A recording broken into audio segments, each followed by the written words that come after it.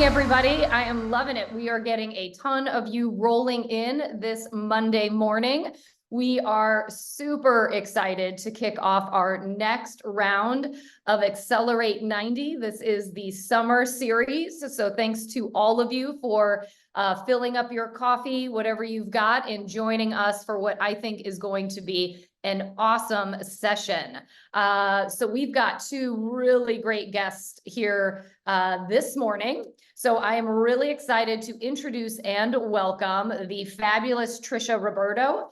She was here in the spring and she is back here again. She is going to be chatting with us about how to make summer your best time this year to have an amazing summer, but also keep your business moving forward. And then we also have Stefanie Lavelle, who is an amazing team lead out of our East Lincoln Park office. So Stefanie is joining us this morning as well. And a little interesting topic about the two of these ladies. Before they turned into these fabulous megastars, Tricia running offices in the western suburbs and Stefanie running an amazing team, the two of these ladies were partners. So we're going to hear a little bit about that as well. Before we jump into our interview, though, I just want a little bit of housekeeping, which is our schedule for the week. So here we are, Monday, May 20th, for our all call to kick off this next 13-week summer session. And then this Wednesday, remember, for summer, we are really focusing on your sellers, how to capture more listings, how to engage more sellers as we move into the next 13 weeks of our business. And we're going to start our Work Your Wednesdays with a seller drip campaign. So it's two parts, but it's teaching you how to create an awesome drip campaign for your sellers. So that's session one this Wednesday, the 22nd. And then for those of you who are joining our pipeline challenge, we kick off Thursday, the 23rd at 9 a.m. We're going to give you an overview of what to expect and how to make these next 13 weeks the most effective they can by also having an awesome summer. So we're very excited for all of you who are joining in. All right, let's get to this. I'm gonna cut my screen and bring my ladies on. I think I need to actually, hang on one second. Here we go. I need to unmute and I need to ask her to start her video. There she is. Hello. Sorry, Steph. I think I turned you off and muted you. You did. I was like, well, it's going to be an interesting panel without being able to talk or see me, but yes. No worries. No worries. Well, good morning, ladies. How are you both? Good. Good. Monday. Yes. I'm so excited that I get to bring the two of you back to, share a few memories, I think, about what it was like back in the days when you worked together. But I'm also excited because the two of you each have great things to talk about as we move into summer and some really great ideas for our agents. So welcome. Thanks. Good morning. Thanks. All right. Well, Miss Tricia, I am going to kick off with you. We're moving into the summertime market. You and I were talking about this last week, and it's also oftentimes a point in which, and I know I experienced this myself when I was selling, where the spring market was so crazy, summer's coming. I kind of have that itch that I want to slow down or take some time off. But we also know that it's a great opportunity for agents if they can keep their foot on the gas, right? So let me ask you this. What is your advice for agents so that they can take their time, still re-energize over the summer, but are also smart about not losing momentum in their business? Yeah, I think it all comes down to having a plan and being very intentional how you spend your time. I think that summer, I mean, first of all, we want to enjoy summer. I love summer in Chicago. It's why we live here. And so I don't want to miss anything. I want to have pool days and go to concerts and ball games. But I think, you can also kind of start enjoying summer a little too much and totally abandon work and abandoning work for the next 12 weeks will automatically lead to the fall and the end of the year that you don't want to have.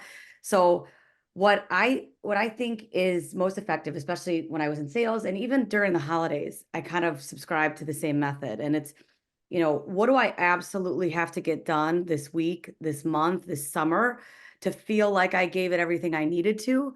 So I can go have fun without guilt, but also be productive. So when Steph and I used to work together, we used to do something we call Win the Month. And Win the Month was like, these are the this is the client event we needed to have. This is the marketing piece that needed to go out. These are the social posts that needed to happen.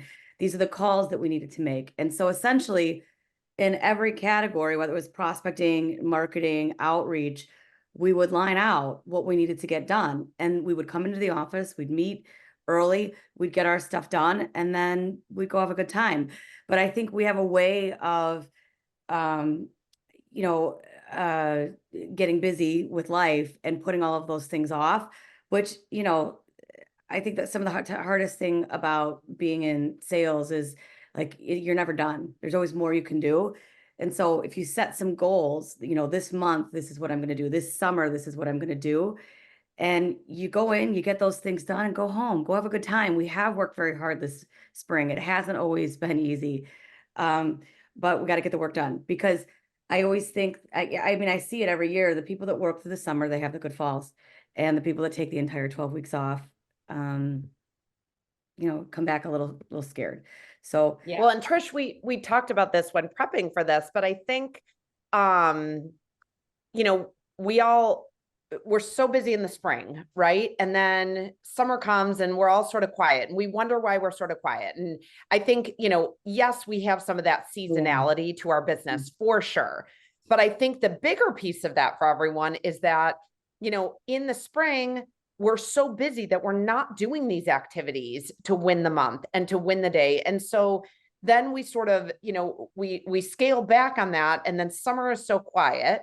And then we're like, crap, we don't have enough going on. And so then we step up all of our activities. And then all of a sudden we're kind of busy again in the fall. And we just attribute it to the weather, right? It's not the weather. Like it is also the activities that we're doing, right? 100%. So I think, setting those intentions of, I know there's always more stuff that I need to be getting done, but what are some things, some guidelines that I can set for myself for the month or for the day that I can still feel like I'm accomplishing those things. And then I get to go play, right? You work hard and then you play hard, right? But setting those so that we're being a little more intentional and we're not letting, even when we're busy, we're doing the activities that we need to be doing. Yeah.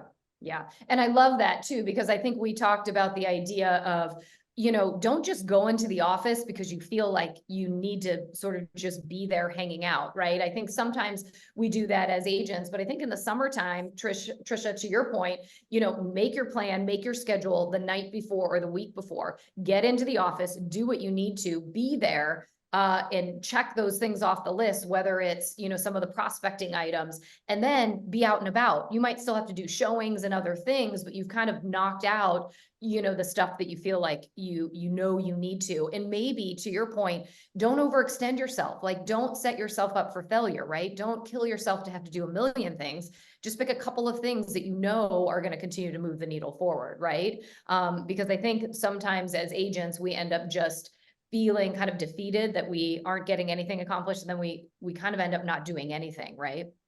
And then Amy, we feel like we're not doing that. And then we do that for days and days and days and weeks, because then you feel like you're behind and I'm never going to catch up. But like, let that day go and do a fresh start the next day or do a fresh start the next week. We all being self-motivated to do this business every day and every month takes a lot. It is a lot of mental energy. It is a lot of physical energy. So I think like, if you wake up one morning and you feel like, I just can't do anything today, then fine, maybe call it a day. Do some basic things that like aren't going to take a lot of time and energy, then get back on the horse the next day, right? And just know, because we all have days like that, just know if you're not feeling great on certain days, you better freaking hit it hard on the days that you are feeling good. So maybe you make those extra 3 calls on the days that you're feeling good, or you go see a couple additional people on those days, because we know we're going to have the other days, especially in the summer when there is so much stuff to do. Yeah. Well, and I Well, think the polar opposite of not doing those things and having that guilt, when you do have the plan and you say, okay, in the month of June, I'm going to make 3 prospecting calls a day. So it's 15 a week. And I'm gonna write 3 handwritten notes a day. So 15 a week. I'm gonna do 3 social posts a day. Whatever it is, the way you feel when you get in and you get that done, and then it's noon and you get to go enjoy your day, it's the best feeling in the world. Like, I got in, I got it done, I did the work, and now I've earned the right to have fun, rather than just going to the fun and feeling Guilty feeling all guilty day. about it. that It's all the burden time. on you. Right? Yes. Yeah. Yes. Yeah, and So listen, and we all are going to do that on some days, right? But I think this is where, like, having those intentions, time blocking it in your calendar, right? So that there's not oh, I just didn't get to it, or my schedule just got crazy. Like, everything in my calendar is time blocked and colored, right? So I am very clear about where my prospecting time is and everything's, and then I do block off time. Like, I've got a kids concert on Thursday night. I got to cut out at like 3:30. I was telling Amy before we got on this call, like, I feel like especially towards the end of the year, anyone with kids, there's like a million things for school and everything else that we're trying to fit into these crazy haphazard schedules that we have to begin with. So if those things don't get all time blocked in, you're not going to get them done. So I think also, being clear about your intentions and then really putting it into your calendar so that you're not going that entire week without doing any prospecting activities. Because really, at the end of the day, we are lead generators.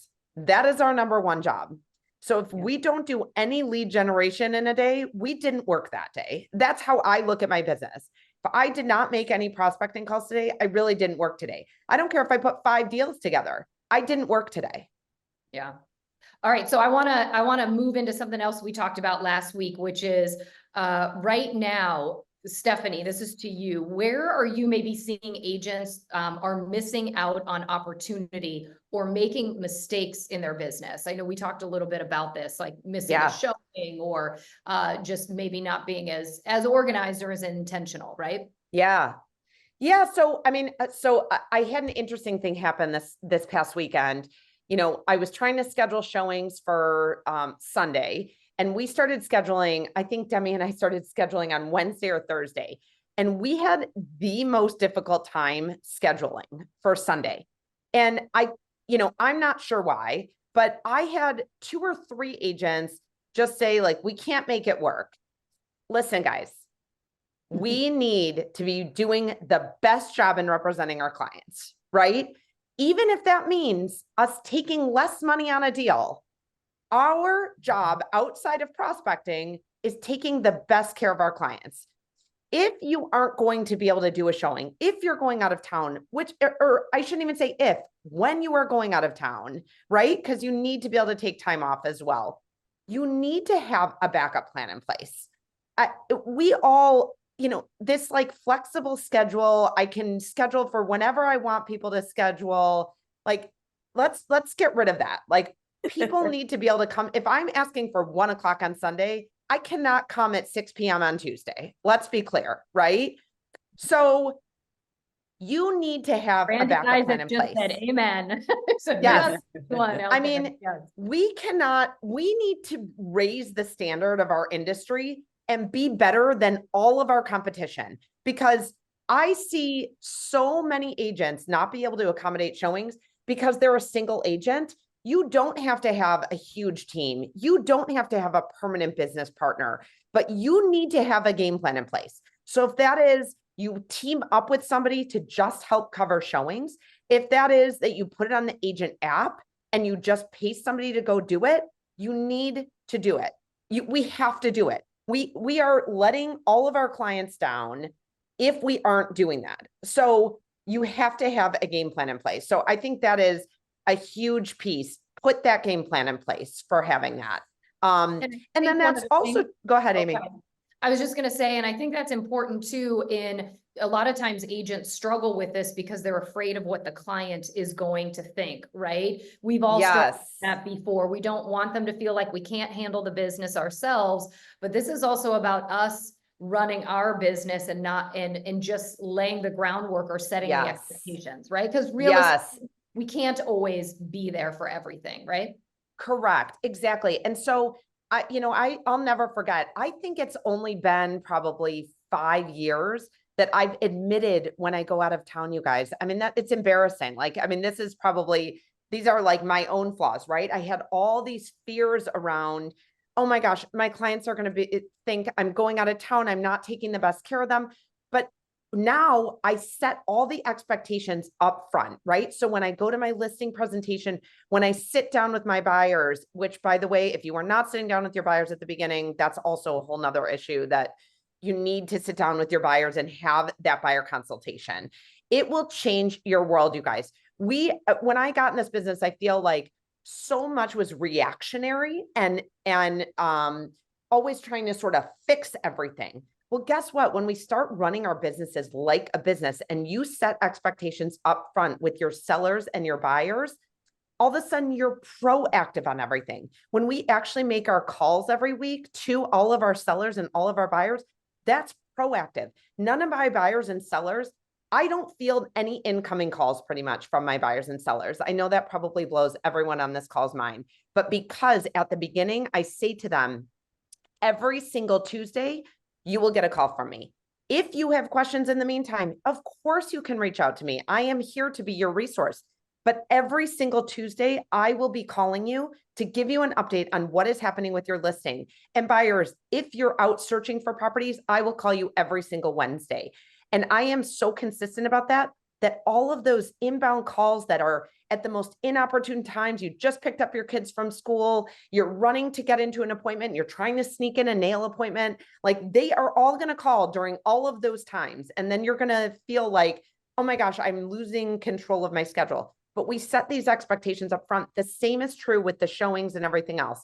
You set those expectations up front. Seller, buyer, I want to be able to take care of you the best I can. The best way that I can do that is by making sure that when you are ready to get out and see a property, somebody is available to do that for you on your time frame. Listing, seller, I want to make sure we get as many people through this house as humanly possible so that we have the best chance of selling. This is a little bit of a numbers game. I'm one person. I can't be there every single time for a showing. I would love to say I can. Any agent that tells you that they can when you're interviewing them is lying to you. They just are letting showings go by the wayside. I have this one person or these two people that will cover for me. I have fully trained them. I will walk the house with them. I just want to let you know, we're going to be able to best take care of you because we're never going to miss a showing. That's a much different conversation than, I'm scared to tell them somebody else is going to cover this showing. Oh my gosh, I'm going to be out of town. I think I just need to let the showing go. And because, I can't be there myself. Yep. I love it. So, and the thing is this is such a big struggle for agents, and the thing too is, Trish, I want you to give kind of advice to agents because not everybody has their backup people or they don't have a plan. So if I'm someone right now listening to Stefanie saying, yes, I'm freaking out because I don't know how I'm going to manage my summer, what would you encourage them to do? Yeah, this is a lonely business and it can be very isolating, especially, you come into the office and pre-COVID, there'd be 25 people there and now there might be 3. And so I think that brokers sometimes have a tendency to just stay away and manage it all themselves and ruin every family vacation and whatever. And I'm not going to say that you can go away for a week and never take a call, but you should have a backup plan in place so that you're only dealing with like, okay, I have to take these 2 calls. So-and-so can deal with everything else. And so make a friend. A lot of times when someone comes into my offices and they're from another firm and it's like, oh, my people, my friends, my people that used to cover me, help me out, they're not here anymore. I'm like, okay, we got to make some new friends now. Here's what we're going to do. You call this person, call this person. But I think that if you take the time to invest in a couple of quality relationships of brokers that do business the same way you do with the same values that you do, and you set expectations like, I'm gonna, I take 3 or 4 weeks a year off, you should too. I'll cover you, you cover me. We don't even have to exchange money. We can just help each other. I think it's you don't need to have a team or a business partner. If anything, someone there's more people that are a one-person show managing it all by themselves than anything else. But you have to proactively find those relationships, and you have to give to them too. It can't just be like, I'm leaving town tomorrow. Who can help me? Who can I take from? Real relationships, real trust it's a two-way street. The other, to your point, Steph, we were talking about this last week, when a broker doesn't have one or two people in place, even if they're just friends in the office for coverage, that's when we do end up like, in a hotel room for 4 hours while the whole family is like waiting on the beach to get on a boat. Yep. It's happened. And then everyone's getting frustrated and mad, and then you're getting resentful. So why don't we do it? It's because we don't have those relationships set up, and we don't set expectations with the seller. If I was going on vacation tomorrow and I had 5 listings, I would take the 2 people I'm covering. I would introduce them to the seller. I would make sure they've been through every single one of my listings. They had all of the information done, hand off. Everyone feels good. But Steph, you made a comment last week, when we don't, about setting expectations with the seller, about with your client up front and them kind of following your lead. It was a good script that you mentioned. Do you remember what you said? It was something like, I talk too much in general. we have that in common. I know. Also, I'm like I'll have to having find you and PTSD. record. I have it on the recording. Right? Something like, if you lead your clients and you set the expectations up front, they'll follow suit. They'll get in line. Yeah, For they sure. they don't know what the plan is. And so you're Yes, the one that's that's what helping we were them saying. identify the plan. Like, it's not like how they know how this is going to go, right? Correct. So we're the ones that are responsible for saying, this is how it's going to work. Here's what I do. It's really just leading them, creating guardrails, helping them understand the process, and you being confident. Like, if you have a good backup plan, if you really know how to run your business, they're going to be really fine and confident, I think, in you doing that. So we have 5 minutes left. So I want to kind of switch gears or move into the fact that this is summer, right? It's summertime. I always say that I think there is so much opportunity to get business this time of year because people are out and about. They have a different mindset. They're more casual. They're open. They want to have conversations. There's just a way about it where it creates opportunity for us to just be in front of people. And I always tell people, go to parties or, create a client appreciation party, do something. So Stefanie, I want you to talk a little bit about like, what do you plan for your year and particularly like the summertime? Do you have something specific you do? Share with us. Yeah, so I set my marketing calendar at the beginning of the year, and I literally outline everything that's going to happen for the year on that marketing calendar. Now I may switch weeks or something, right? Like I do a movie party in the spring and I do one in the fall. And so sometimes that week has to get moved depending on what movies are available and what's out. But everything gets set at the beginning of the year. So I already know all the client events that I'm going to be doing, and then also all the marketing that we're going to send out for the year. So like we do a monthly mailer and everything, right? So one summer party that I do is we host an Old Town Art Fair party. I'm in Old Town, right at the entrance of one of the gates. So we do an Old Town Art Fair party every single year. I have people, it's been going like 12 years or something. And so every year, I just like walk around the neighborhood. I'm like, don't forget, we're having the party on Saturday afternoon, stop by, and I actually need to get an Evite out. But that's sort of my big summer event. And I know we talked about how great it is if you can find something that's already sort of established, that there's already going to be people there, and then add to it with something specific for your business, how impactful that can be. So like a couple examples that we gave you guys are doing like having an ice cream truck come to one of your kids' baseball games, right? So after the game, you say, I'm going to have a taco truck there. I'm going to have an ice cream truck there, put out some signage. It sparks conversation. If all of you aren't talking about what you do for a living, even when you're sitting out at those games and everything, you don't have to be obnoxious. It doesn't have to be, you have to use me for real estate, but I will work in, like I was at my kid's game yesterday morning at 8 a.m. and I'm sitting there with some of the other moms and I was like, oh, I have such a busy day of showings today. I got to leave in about 10 minutes. Let me know if my kid hits any, has any hits during that time or something. I worked it in, right? And they're like, oh, you're an agent.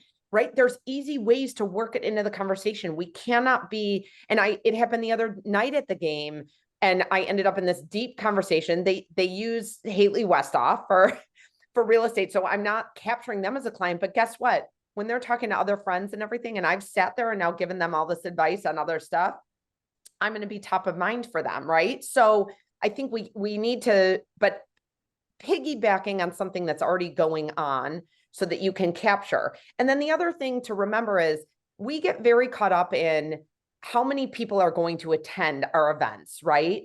And we get anxiety and fears around that. That's why a lot of us don't host client events. We have fears around that. But remember, it's not really how many people actually show up.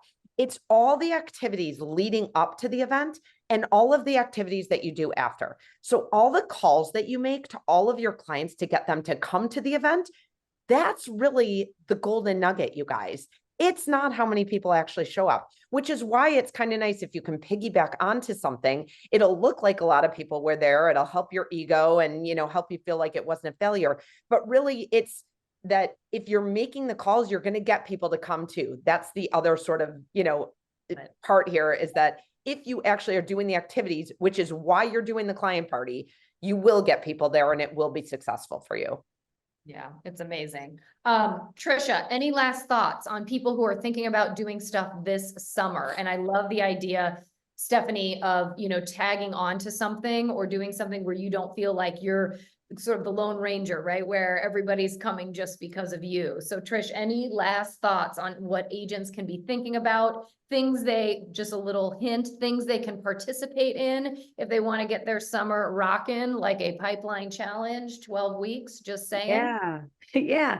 Yeah. I think that, every community has some major events that your clients are going to be at anyway. People are busy today. So the idea of piggybacking on something, if there's a parade in town and having an ice cream truck after the parade, or there's concerts in the park, having people stop by your house for, a food truck before they head over. So you're not the center of attention, that it's not like you're the entertainment. I think that's the easiest way to get it done. And also you're not asking people for a time commitment because they're already going. But I think overall, Steph and I used to put our win the month plan in place. If I was selling right now, I would be working on winning my summer. I need to plan an event. I need to set some goals of how many people I'm going to reach out to, what my outreach is going to look like. I'm going to schedule some real time off because I am a huge proponent of you got to rest. You got to step away. You got to take a real week off. You got to pass it off to someone else because you do come back better. So take control, win the summer, put your plan in place. And win the summer, join our pipeline challenge, 12 weeks. We tell you exactly what you need to do on a weekly basis. It's the calls, it's the social posts, it's all the things to keep you on track. You can win your day every day if you do that with us, which I love. And I just want to say thanks so much to the two of you. Stefanie, really fast, in like 30 seconds, everyone's asking, what do you do at for the Old Town Art Fair? What is your your tag on? Yeah. And then don't let me forget to say something real quick about Accelerate too, at the end. But so for Old Town Art Fair, all I do, you guys, is I get tons of drinks, alcoholic and non-alcoholic, and some small bites. So I've done like the Epic burgers and had them just cater it and gone and picked up like boxes of Epic burger, stuff that people can just swing by, grab, have a drink, say hello, and then go into the fest, right? So it's not meant to be, everyone has to be there for 4 hours, right? It's that come by, stop by. And also that sort of takes the pressure off too, you guys. The movie's like a great one that people do always show up for and come to. But I think like having stuff where people can just stop by, it doesn't feel like it's going to be an 18, hour commitment for them, I think is huge.